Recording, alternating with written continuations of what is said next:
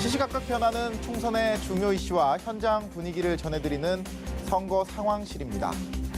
21대 국회의원 선거 이제 꼭 일주일 앞으로 다가왔습니다. 집토끼 비유되는 지지층 확실하게 단속하고 산토끼 해당하는 부동층의 마음 얼마나 더 얻느냐에 따라 남은 기간 판세는 크게 출렁일 것으로 보이는데요. 우선 더불어민주당 코로나19 사태에서 정부의 위기 대처 능력이 긍정적인 평가 받으면서 253개 지역구 의석 중 130석은 충분히 달성할 것으로 보고 있습니다. 나아가 그 이상을 얻을 수 있다는 기대감까지 엿보입니다.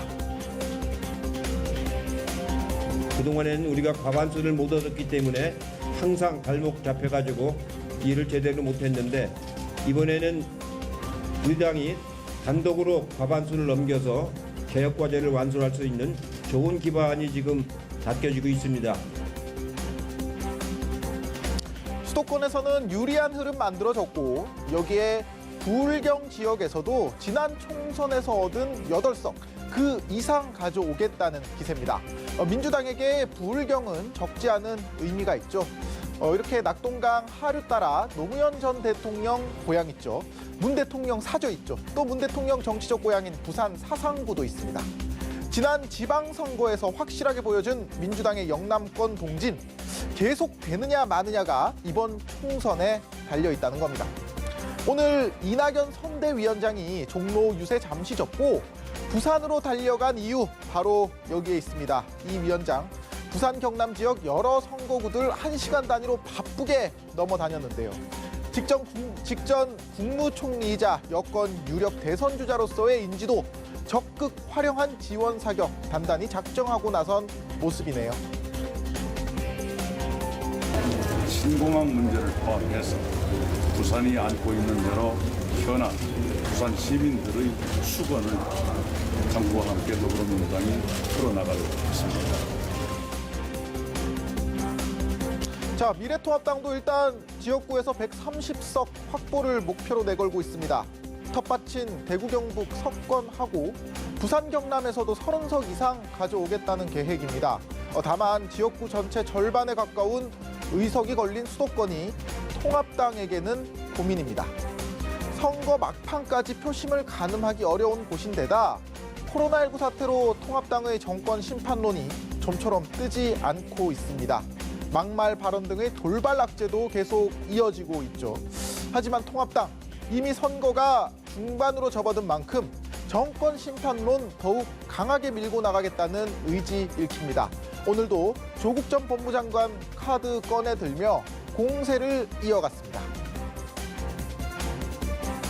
여당은 맹목적으로 거수기 역할만 하는 그러한 정당이라고 하는 것을 국민의 뇌리 속에 심어주지 않았나 이렇게 생각합니다.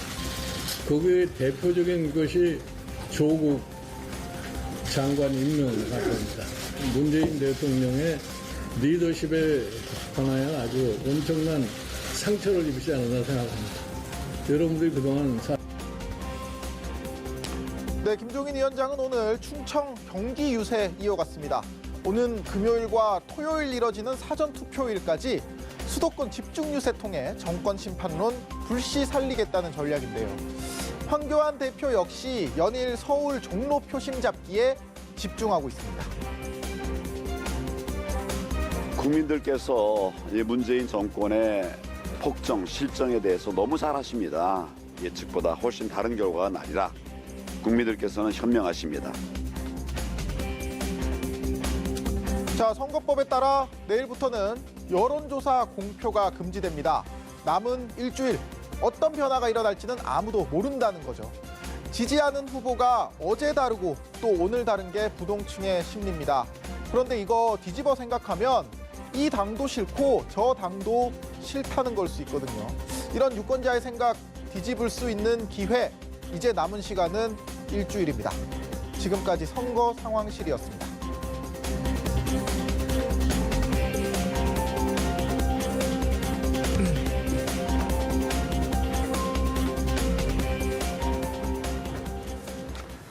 네, 선거 상황실 이재동 기자와 함께 정치권 소식 더 살펴보겠습니다. 자, 이제 총선이 딱 일주일 남았는데요. 아마 남은 기간 동안 각 당에서 좀 상당히 분주하게 움직일 텐데 과연 어떤 전략으로 또 어느 지역에 집중을 하게 될까요? 네, 아무래도 뭐 압도적인 우세를 보이고 있는 것보다는 좀 경합 지역에 아마 각 당 정당들이 신경을 쓸 수밖에 없을 것 같습니다. 네. 그 중에서도 부산은 제가 좀 전에 말씀드렸다시피 부산 경남 지역 아마 집중을 할 것 같고요. 그리고 통합당은 수도권 지역 공략에 또 나서고 있는 모양새입니다. 예. 민주당은 그 지금 부산에 현역 의원이 6명 있는데 이 지역구에서 모두 승리를 하고 부산의 다른 지역구에서 추가 의석을 얻는 것도 지금 기대를 하고 있는 분위기고요. 뭐 코로나19 대응에 대한 정부 대응에 대한 이게 호의적 평가가 계속 이어지면서 뭐 부산 표심이 올라가고 있다 이렇게 민주당 관계자들은 얘기를 하거든요. 네. 예. 그렇기 때문에 뭐 이 분위기를 계속 이어간다면 선거날에도 좀 어느 정도 긍정적인 결과를 기대해 볼 수 있고 때마침 오늘 이낙연 선대위원장도 부산을 찾았습니다. 부산 최대 현안 중에 하나가 이제 신공항 문제잖아요. 그렇죠. 예, 그래서 이거 민주당이 함께 풀어 나가겠다 이렇게 지역 수건 사업도 시원하게 긁어줬고 남은 기간에도 아마 당 차원에서 계속해서 이 지역 좀 유세가 이어질 것 같은 분위기입니다. 이제 미래통합당 같은 경우에는 지금 수도권에 좀 집중을 하는 분위기인데요. 이 예. 지역이 일단 아무래도 지역구 의석 전체 중에 절반 가까이가 이 지역에 몰려 있고 또 지금 상황이 심상치가 않다 이렇게 통합당 안에서는 판단을 하고 있는 것 같아요. 뭐 일단 지금 수도권 후보들의 막말 사태 예. 계속 터지고 있고 예. 또 그러다 보니까 이러다가 지난 총선보다 더 비관적일 수 있다 하는 위기감도 좀 어느 정도 느껴지고 있는 것 같고요. 또 수도권이라는 곳이 아무래도 인구 밀도가 높고 또 지리적으로도 서로 가까운 만큼 이게 짧은 시간 동안 최대한의 선거운동 효과를 낼 수가 있는 곳이잖아요. 그렇기 때문에 앞으로도 계속 이 지역 통합당에서는 집중 있게 유세를 이어나갈 것 같습니다. 네, 예. 민주당은 PK 지역, 통합당은 또 수도권 지역에 정리를 좀 해주셨는데 저희가 항상 좀 선거 때마다 소중한 한 표 꼭 좀 행사를 해달라 이런 당부를 좀 많이 듣게 되잖아요. 그럼에도 불구하고 또 투표를 하지 않고 넘어가시는 분들도 분명히 좀 계시거든요. 이 내 한 표의 가치가 어느 정도인지를 알면 좀 쉽게 포기하지 않을 것이다 이런 이야기도 있더라고요. 네, 맞습니다. 오늘은 아니고 이제 선관위가 자료를 하나 발표를 했는데 네. 예.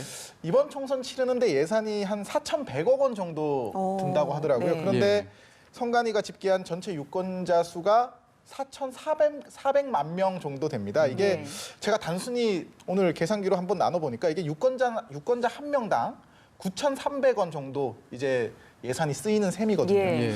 근데 이게 끝이 아니라 국회의원들 하는 일이 뭐 법안 만드는 것도 있지만 또 그만큼 중요한 일이 국가 예산 심사하고 또 그 심사하고 편성하는 게 이제 또 주된 업무인데 그렇죠. 올해 우리나라 예산이 혹시 얼마 정도 든지 아십니까?